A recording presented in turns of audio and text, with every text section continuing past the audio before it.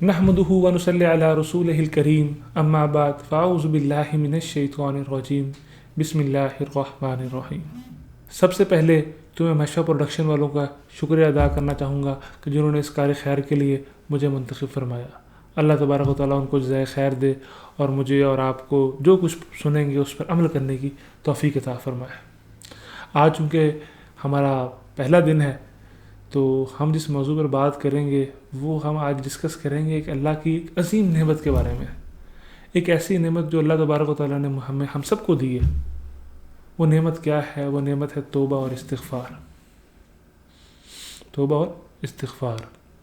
اگر ہم اس موضوع کو حضرت حسن رضی اللہ تعالیٰ عنہ کے ایک واقعہ سے سمجھنے کی کوشش کریں تو ہمارے لیے بڑا آسان ہو جائے گا۔ حضرت حسن رضی اللہ تعالیٰ عنہ آپ کو پتہ ہے حضرت علی کے شیر خدا کے بیٹے، حضور کے نواسے، کیا ان کی شان ہے وہ تو بیان ہی نہیں کی جا سکتی۔ وہ ایک دفعہ بیٹھے تھے تو ایک شخص ان کے پاس آیا اور اس نے آ کر کہا کہ میں تو بڑا گناہ گار ہوں، تو کوئی حل بتائیے۔ تو آپ نے کہا استغفار کرو۔ تھوڑی دیر گزرتی ہے، ایک اور بندہ تشریف لے کر آتا ہے۔ وہ کہتا ہے کہ ہمارے ہاں بارشیں نہیں ہو رہی۔ اس نے بارشوں کی شکایت کی تو آپ نے کہا استغفار کرو۔ تھوڑی دیر گزری تھی، ایک اور شخص آیا، اس نے اپنی غریبی کی، اپنی تنگ دستی کی شکایت کی تو آپ نے اس کو بھی کہا استغفار کرو۔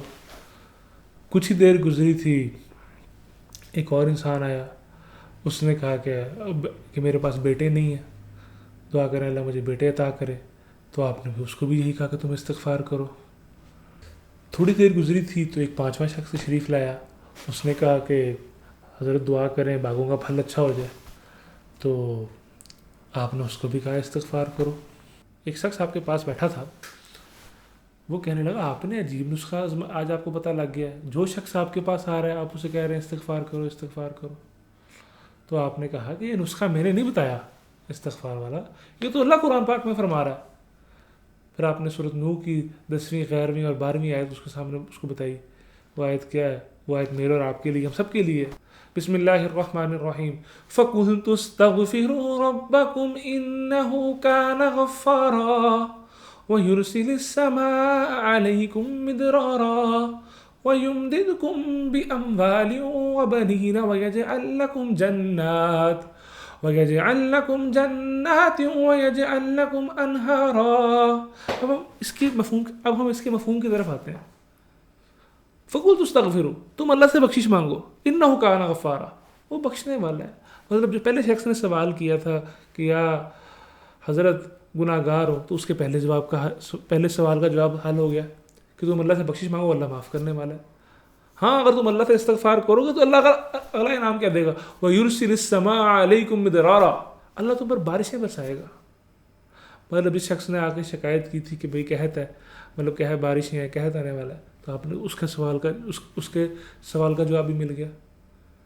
پھر آگے جو تیسرا شخص آیا تھا جس نے مال کی شکایت کی تھی، آگے اللہ تبارک و تعالیٰ کیا فرما رہے ہیں؟ وَيُمْدِدْكُمْ بِأَمْوَالٍ وَبَنِينَ، کہ ہم تمہاری مدد کریں گے مال کے ساتھ۔ مطلب تم استغفار کرو گے، ہم تمہاری مال کے ساتھ مدد کریں گے۔ مطلب تیسرے شخص جو ہے اس کے بھی سوال کا جواب آ گیا۔ اب چوتھا شخص جو آیا تھا جس نے اولاد کی، جس نے بیٹوں کی شکایت کی تھی، تو اللہ تبارک و تعالیٰ کیا فرما رہے ہیں؟ وَيُمْدِدْكُمْ بِأَمْوَالٍ وَبَنِينَ، کہ ہم بیٹوں کے ساتھ تمہاری مدد کریں گے۔ کہ مطلب استغفار کرنے سے اللہ تبارک و تعالیٰ بخشش کر رہے ہیں، اللہ تبارک و تعالیٰ بارشیں دے رہے ہیں، اللہ تبارک و تعالیٰ بیٹوں کے ساتھ مدد کر رہے ہیں، اللہ تبارک و تعالیٰ رزق کے سارے مسئلے حل کر رہے ہیں۔ اب جو آخری شخص ان کے پاس آیا تھا جس نے باغ کے لیے دعا کی کہ باغ کا پھل اچھا نہیں ہے، اس کے لیے دعا کریں، تو آگے اللہ تبارک و تعالیٰ کیا فرما رہے ہیں؟ وَيَجْعَلْ لَكُمْ جَنَّاتٍ، کہ ہم تمہارے لیے باغ بنائیں گے، وَيَجْعَلْ لَكُمْ أَنْهَارًا، اور نہریں بنائیں گے۔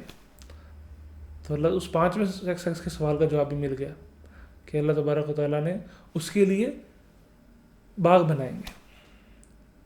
تو میرے بھائیو، حضرت حسن رضی اللہ تعالیٰ عنہ کا واقعہ یہ میری اور آپ کی، ہم سب کی رہنمائی کرنے کے لیے کہ ہمیں جب دنیا میں جب زندگی میں جب کوئی پریشانی آئے تو ہم استغفار کا سہارا لیں۔